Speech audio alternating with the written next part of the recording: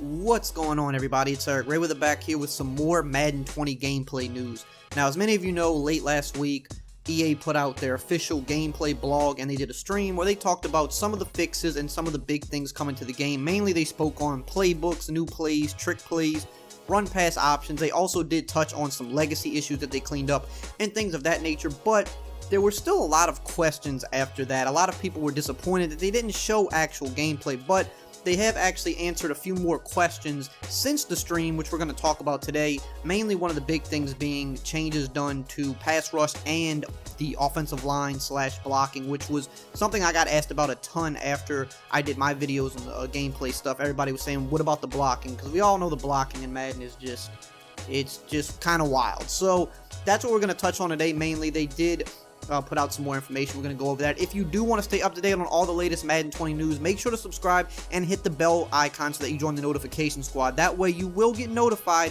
every time I drop a new video on Madden 20 with the latest news. So let's get into it. What EA does after they drop the official news, they drop a follow-up kind of blog called Gridiron Notes, where they answer community questions that were asked, you know, via Twitter, via the stream, or whatever may have you, maybe questions that game changers themselves brought to EA after the stream. And so one of the big things they touched on was blocking here, and the question was mainly, did you make any offensive line improvements for Madden 20? And they said here, we cleaned up the animation quality to make transitions into and out of blocking interactions smoother. We improved the locomotion for pulling linemen on power O and toss plays. We also added all the necessary blocking schemes required to support the new plays, such as the jet sweep touch pass and the end arounds. We did a little bit of work to slide protection to make it more aggressive towards the slide side. This will make it a little bit riskier to use away from the slide side though. So if you know how slide protection works, if you feel like a heavy blitz is coming from the left, you can slide protect to the left. But in years past, slide protection in certain situations, it definitely was beneficial, but it really wasn't too beneficial overall.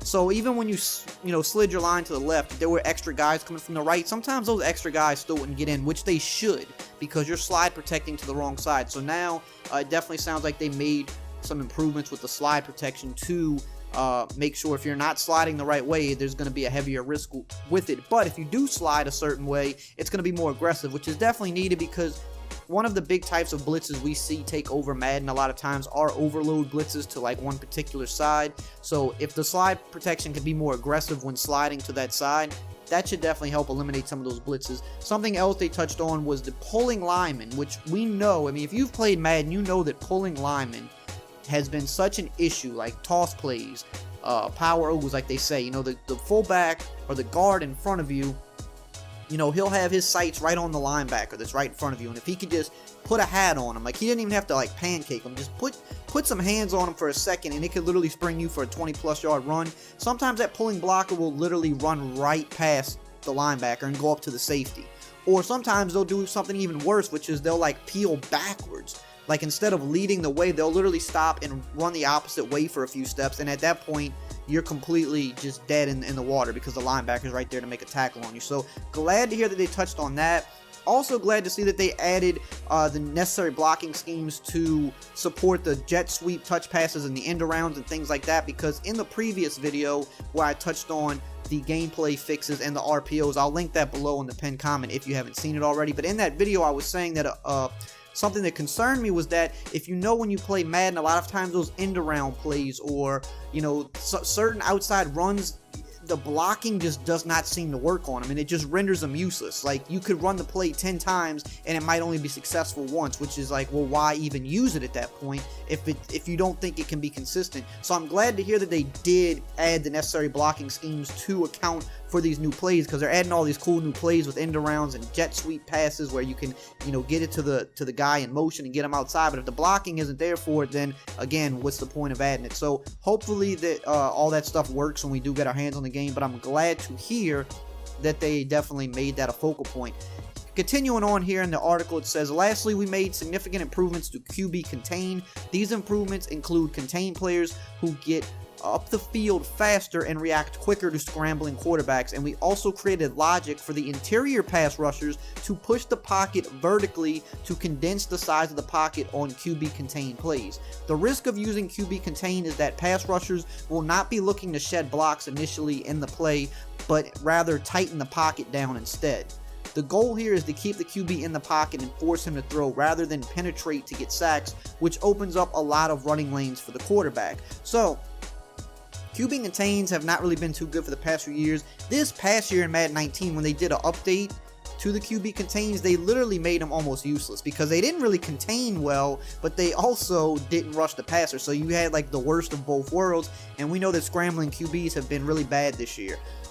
So what they did with QB contains is they're going to make them a little bit more aggressive with keeping QBs in the pocket. So now if you try to scramble out, that contain should lock you up, bottle you up, and you're going to lose yards. But another interesting thing they said here is they changed the logic of the defensive tackles when you call QB contain type plays to make them penetrate a little bit more up in the interior, so that'll kind of help, in a sense, tighten up the pocket and make it a little bit more nervous for you as a QB, because a lot of people don't like when the pocket kind of collapses on them or they feel like they can't move around. Some people can only play when they feel they have that freedom to kind of move around with the QB, but they don't have good pocket presence to stand there, be patient, be disciplined, and wait for a receiver to get open. So I'm glad to hear that they also adjusted how the defensive tackles play on QB contained plays, because with Maddens of old, when you would run a QB contained play, the defensive tackles rarely would really penetrate or get any pressure, and then the outside contains are just kind of, they're standing out wide, so you can't scramble too wide, but you had way too much room in the pocket. It was way too comfortable. So I'm glad to hear that they addressed that, because all of that was definitely needed in this game for sure. Continuing on in the article here, they had a question that said, how is the offensive line impacted by RPOs? Will I be able to make line shifts and things like that? This was another big question. How is the offensive line going to react when you're running these run-pass options? It says, the offensive line treats RPOs like running plays, as they should. They will be run blocking 100% of the time, which is why you must throw the ball quickly to avoid an illegal man-down field penalty. There are no line shifts or adjustments available for run-pass options because they are run blocking. You can bluff them in offline head-to-head play, but they will have no functional impact, just like all the other running plays in the game. So when you do use an RPO, keep in mind the offensive line is run blocking, because typically when you do run an RPO, you are run first in that sense. You're kind of reading the box. When you snap the ball, you're seeing how a certain defender reacts to determine if you should hand it off or if you should throw it. So the offensive line has to have a run block mentality in that situation.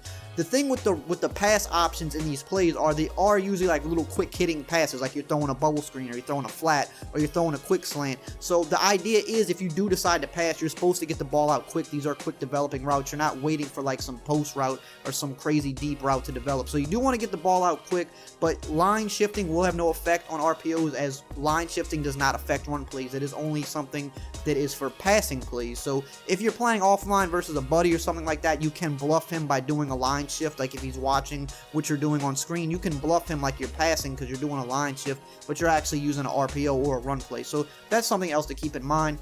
Further down here in the article, they had a question that says, can you explain any other details about playbook updates? I keep hearing about offense, but what about the defense? And this is something that I saw asked a lot as well. We heard about all the things they're doing to update the offensive side of the ball. What about the balance for the defense? So what they had to say here was, the defense has gotten a variety of AI upgrades to support RPOs and the new trick plays. The AI will give them ratings-based reactions to these plays to either play it correctly or get faked out by the various influencer assignments on the plays, in addition to the run and pass read key behavior used in the RPOs. In terms of actual playbook content, we plan to update defensive playbooks in post-launch, while offensive playbooks are our primary focus for launch day.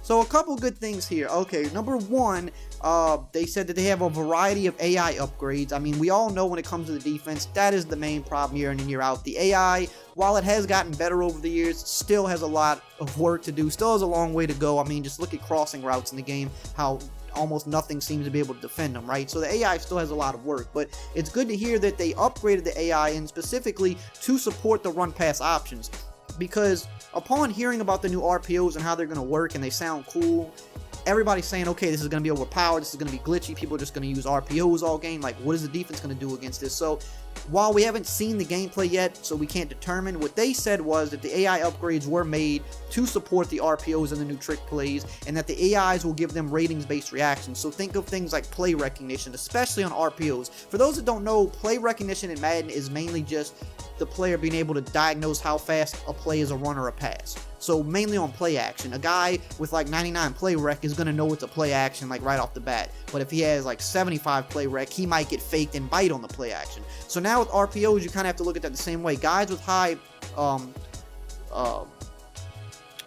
just lost my train of thought. Guys with high play recognition, are going to be able to kind of diagnose what to do on those run pass options better. Whereas somebody with very low, in the 70s or 60s with play recognition, they'll probably bite on the run really hard, which will just leave the passing lane wide open. Whereas, a guy like a Bobby Wagner, somebody that's really smart at diagnosing these plays, he's going to kind of play maybe more neutral, stay home and not overcommit to either side to keep him and his defense in a better position to defend the play. So that's really good to hear. And then, of course, the defensive updates will come post-launch. I think that would probably be something we'll see more in terms of match coverages, because we saw them do that with Madden 19. They did a lot of post-launch support to the match coverages, trying to make them better and tune them. At some points they did make them better, at some points they made them worse, so we'll see. But I think when you update playbooks, a lot of it's easy to do offensively because there's all these different like crazy trick plays and concepts that people are running. But defense, while defenses do change, like a lot of the same principles and core things that a lot of teams run kind of stays the same on defense. So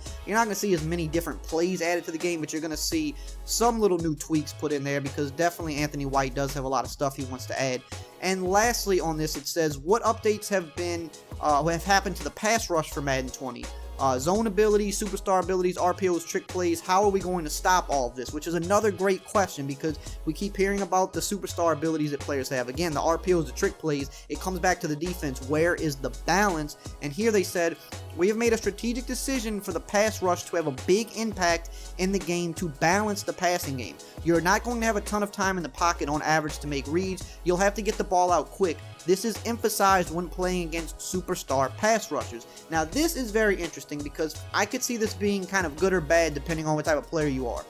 A lot of people think the pass rush in Madden is too overpowered as it is, but then a lot of people would say it's really not overpowered. If you use block shed style defenses, the pass rush is actually kind of more realistic to real life, except for the fact that even bad pass rushers can get pressure, that's the thing that's not good about the block shed defenses. But otherwise, the only way you see really good pass rush in Madden is typically some crazy blitz that just confuses the AI of the offensive line.